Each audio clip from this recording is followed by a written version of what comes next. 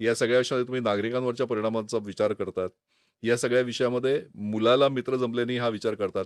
पण या विषयामध्ये एक व्यक्ती अशी आहे, की जी प्रत्येक ठिकाणी तुम्हाला साथ द्यायला असते, तुमची अर्धांगिनी. तिचा विचार करतात की नाही? का त्या डेफिनेटली. ठिकाणी तुम्ही घरात गेल्यावर सुद्धा तुकाराम मुंडे असतात? नाही, घरातलं वातावरण पूर्णपणे वेगळं असतं.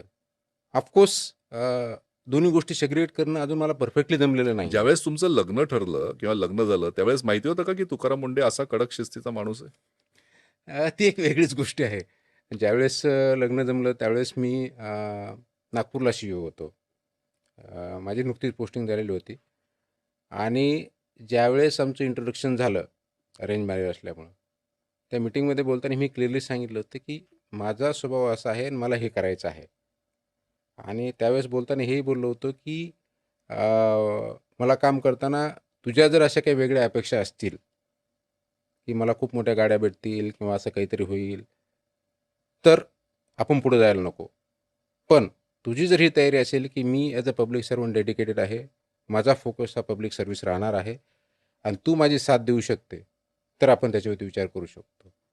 आता ह्याला ब्लंट म्हणा, चुकीचं म्हणा, बरोबर म्हणा, इतकं पण हे स्पष्ट पहिल्या बोललं? मीटिंगमध्ये हे स्पष्टपणे बोललेलं होतं. सगळ्यांसमोर का कोपऱ्यात म्हणजे नाही, वन ऑन वन एकट्यात? ज्यावेळी डिस्कशन झालं, म्हणजे ज्यावेळेस आपण आपल्याला बघण्याचा कार्यक्रम जो म्हणतो तो झाल्यानंतर कांदे पोहे. कांदे पोहे म्हणूयात. त्याच्यानंतर एक 15-20 मिनिटं आम्हाला इंटरॅक्शन करण्यासाठी वेळ दिलेला होता. त्यावेळेस वन ऑन वन ज्यावेळेस इंटरॅक्शन दिलं, पहिल्या इंटरॅक्शनमधली आमची इंटरॅक्शन आहे. उत्तर काय मिळालं? उत्तर त्यावेळेस म्हणलं, की त्यावेळेस तर मी काही विचारून जाणार का, पण त्याच्यात पुढे जायचं असेल, पण नंतर आम्ही ज्यावेळेस आत्ता हे इंटरॅक्शन करतो आणि मी असं हसतमध्ये मजाकमध्ये विचारत असतो, की असं तू काय बघितलं माझ्यामध्ये, की ज्याच्यामुळं मी हे एवढं बोललं असतानाही होकार दिला. होकार दिला. मला सरप्रायझिंगली उत्तर हे भेटतं, तुमची जी समाजाबद्दलची तळमळ होती, त्या वाक्यामुळंच मी लग्न केलं. मग तुकाराम मुंडे आपल्याच बायकोच्या प्रेमात खरा केव्हा पडला? तो तुकाराम मुंडे ज्यावेळेस पहिल्यांदा लग्नाची मागणीचं बोलणं झालं, उत्तर दिलं त्यावेळेस का? आय थिंक असं लव्ह ॲट फर्स्ट साईट असा काही प्रकार मला जाणवला नाही. परंतु जसं आम्ही इंटरॅक्शन करत गेलो, विचार जुळत गेले, आय थिंक तसं प्रेम वाढत गेलं आणि आज आमचे विचार जरी डिफरन्सेस नाही असं मी बिलकुल म्हणणार नाही, डिफरन्सेस आहेत.